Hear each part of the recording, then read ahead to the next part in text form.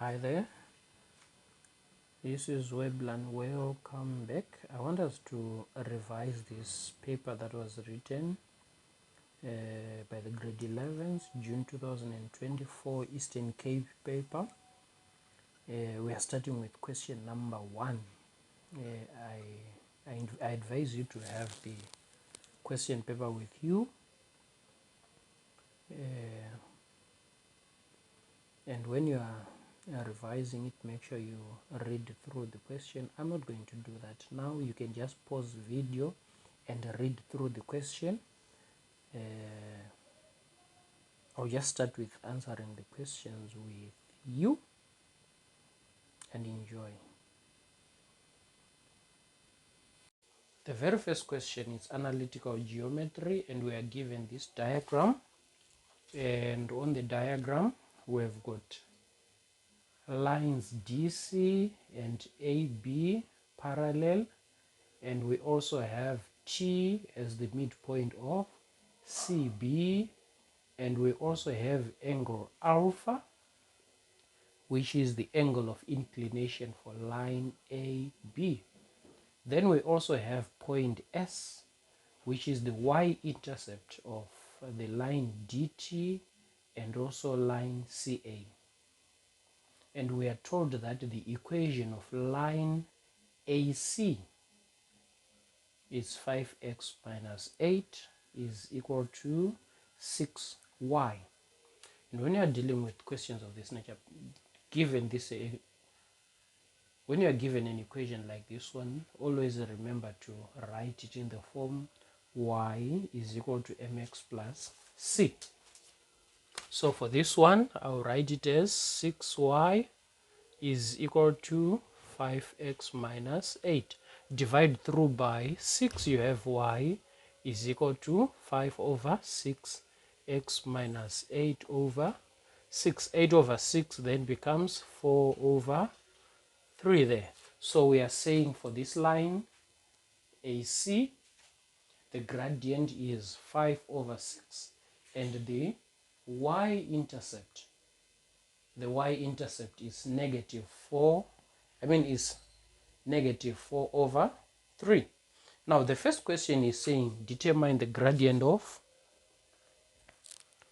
line AB. The gradient of line AB, we've got the two coordinates here. Let me start with this one. So it's minus 4 minus 2 over 6 minus 4.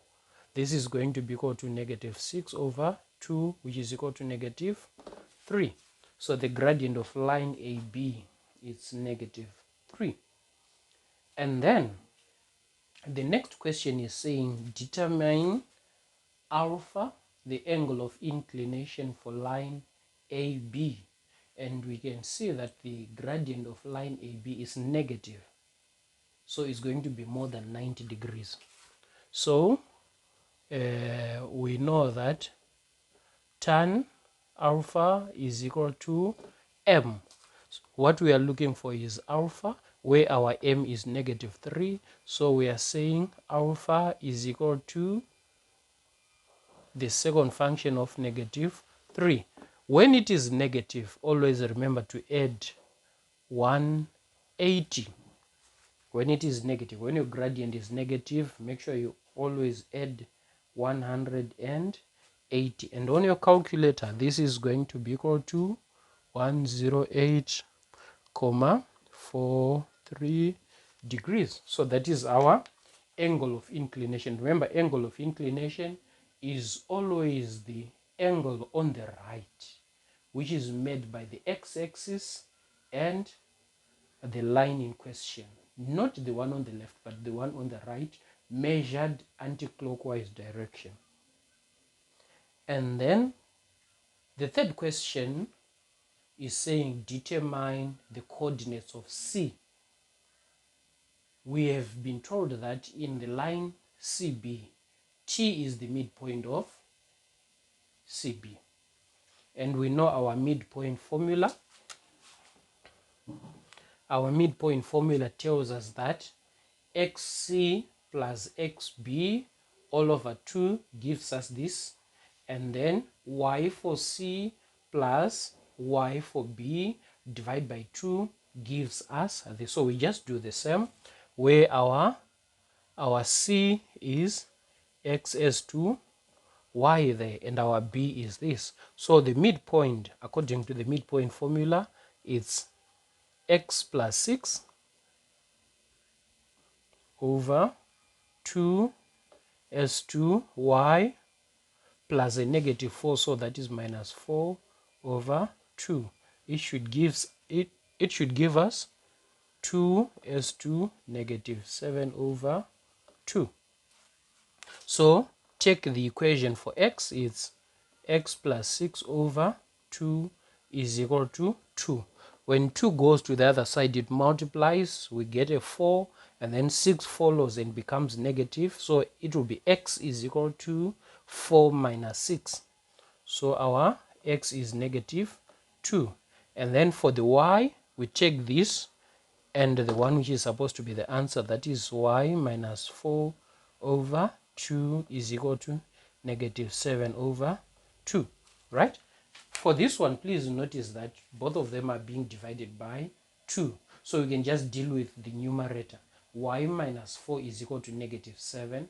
When your 4 goes to the right, it becomes positive. So it becomes y is equal to negative 7 plus 4. So your y is equal to negative 3. So the coordinate for C is negative 2s2 negative 3. That is the coordinate for C. And then question number 1.1.3 is saying determine the coordinate of S. That is the y-intercept of DT and also CA. Remember, we are given the equation of CA or AC. This is the equation which we have rearranged this way. So we have already answered this question.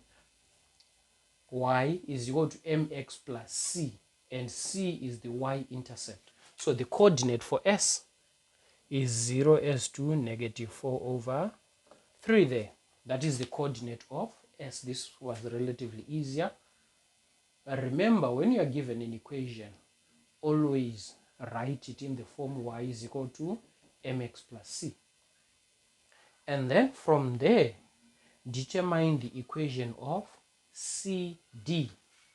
The equation of CD in the form y is equal to mx plus c. To determine the equation of CD, we need two things. We need a coordinate on that line and also the gradient of that line. We have seen that the coordinate of C is negative 2s2 negative 3, and then our gradient, right?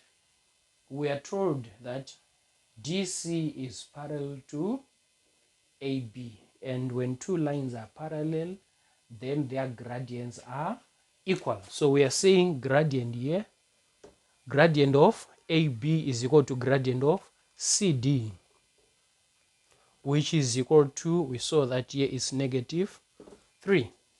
And then our coordinate of C. So we need the gradient of that line and a coordinate on that line in question. So our formula y minus y1 is equal to gradient multiplied by x minus x1. In place of m, we are putting our gradient y1, and x1, we are getting it from our coordinate, the given coordinate. So this is y minus a negative 3, there's a double negative there, so plus 3 is equal to a negative 3, our gradient, and then x minus a negative 2 is a double negative again, so it's plus 2. Simplify that, y is equal to, clear this bracket, negative 3x minus 6, and the 3 comes here and becomes negative 3. So it's y is equal to negative 3x minus 9. That is the equation of y. That is the equation of line CD. And then the very last question is saying determine the size of angle DCA. Determine the size of angle DCA. This one, that is DCA. I'm seeing two ways of determining this angle. The easier one, Euclidean geometry to the rescue here. This line is parallel to this line, so that means this angle here is equal to this angle. They are alternating angles.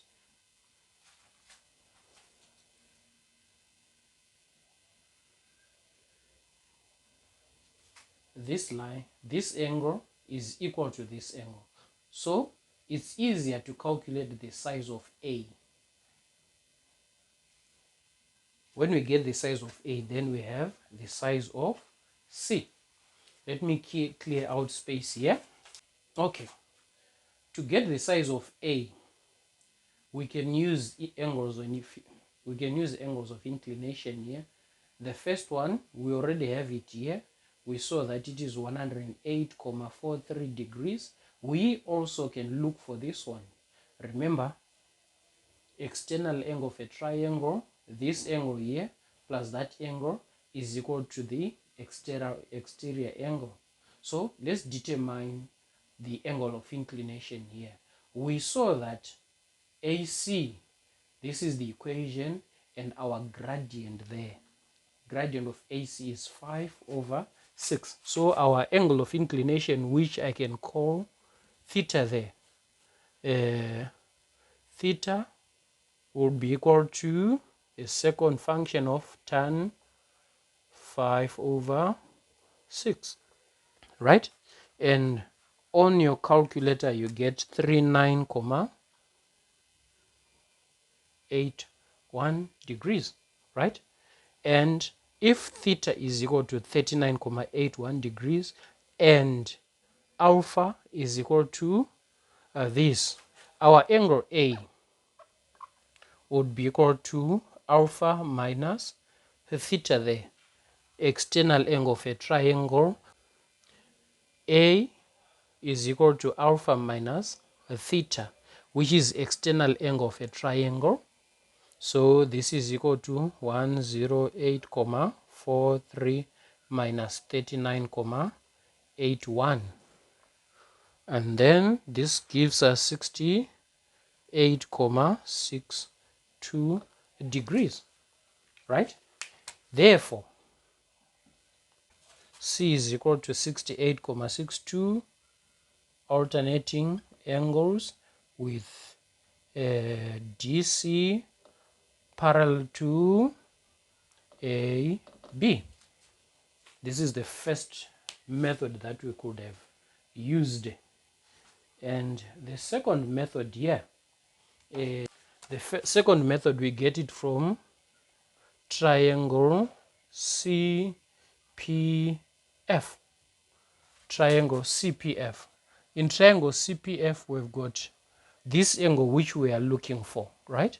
And then we have this exterior angle, and then we have this interior angle.